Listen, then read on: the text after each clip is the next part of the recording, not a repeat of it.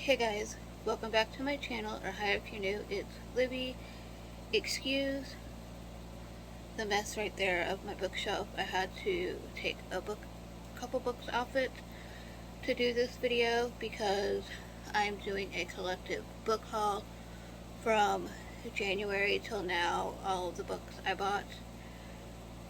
I didn't think it was necessary to do monthly book hauls because I haven't bought a lot of books this year, so,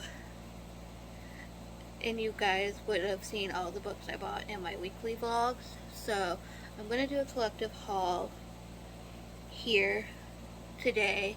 I've bought 10 books since the 1st of January of this year, which is surprisingly really good for me.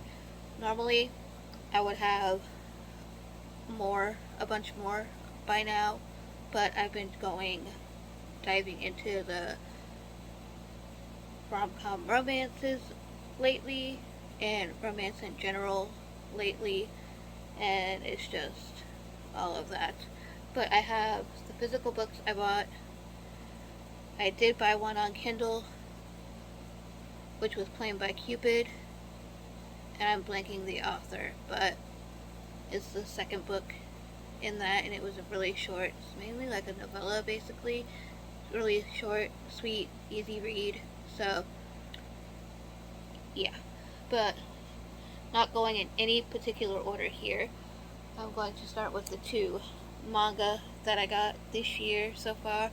That is volume 12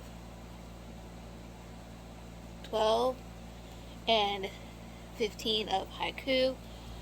I've talked about this series enough on my channel already in my vlogs when I started reading it and watching the show. If you have not read or watched this yet, please go and do so. It follows our main character right here, Hinata, and he plays volleyball in middle school.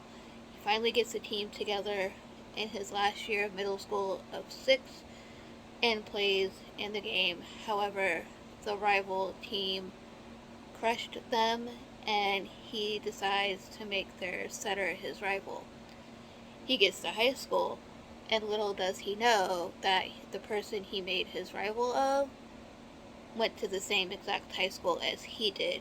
So now these two characters have to learn and work as a team in order to play volleyball. So I'm enjoying this. I'm waiting for season 5 to come out, but this is really good if you like sports, and I would definitely check this out.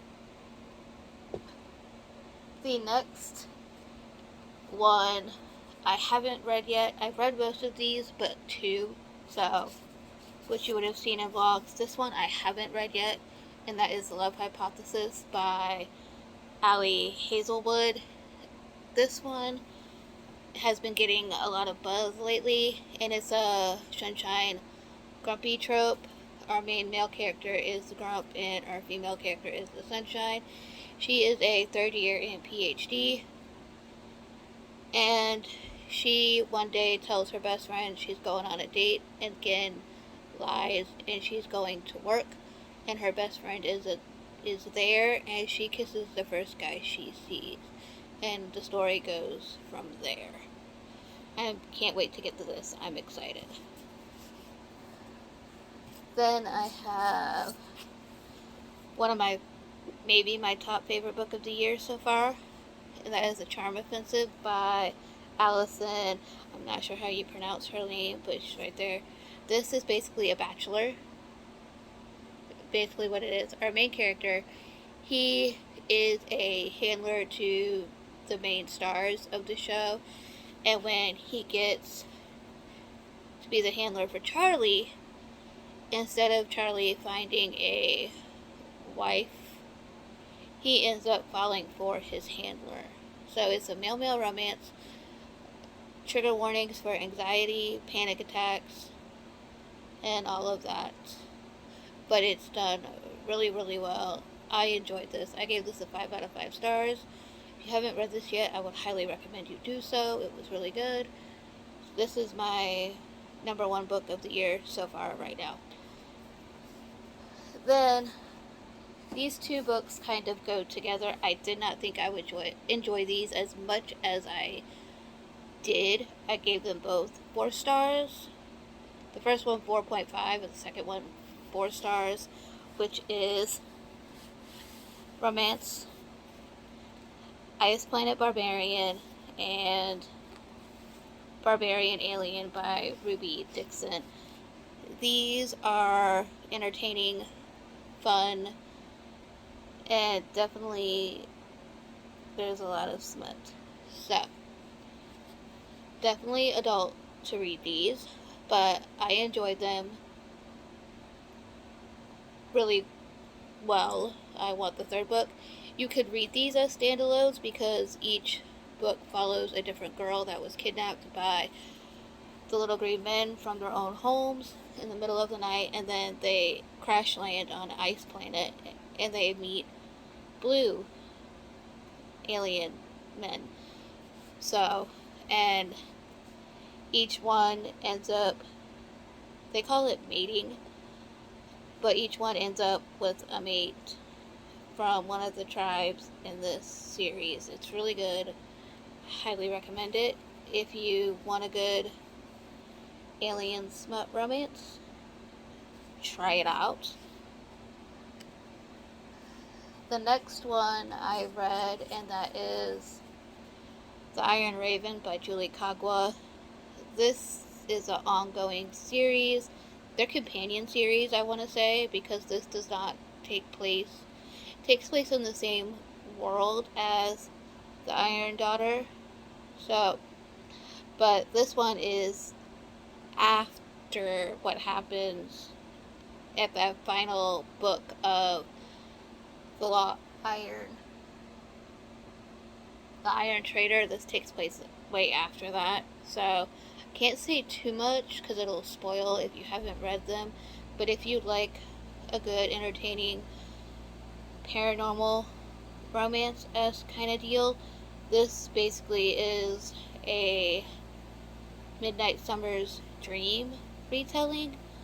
So, from Shakespeare. So if you liked that play, I suggest you check it out. It's really good.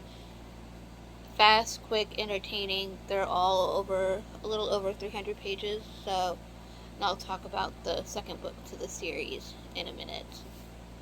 So, we're almost done. This one I have not read yet, and that is Crush by Tracy Wolff. This is the sequel to Crave, which I read this year and really enjoyed, so I wanted to get Crush. I'm assuming this one takes place after the events of Crave, so I don't want to go too much detail or it'll definitely spoil. So I do want to get to this soon, although this is a chunker. I do like the cover. Can't remember, is there anything under? There's the little crest under the dust jacket, and it's just a white book. So I'm excited to get to Crush here really soon so I can get the third and the fourth book. The next one should come to no surprise to any of you. If you've been on my channel for a while, you will know I have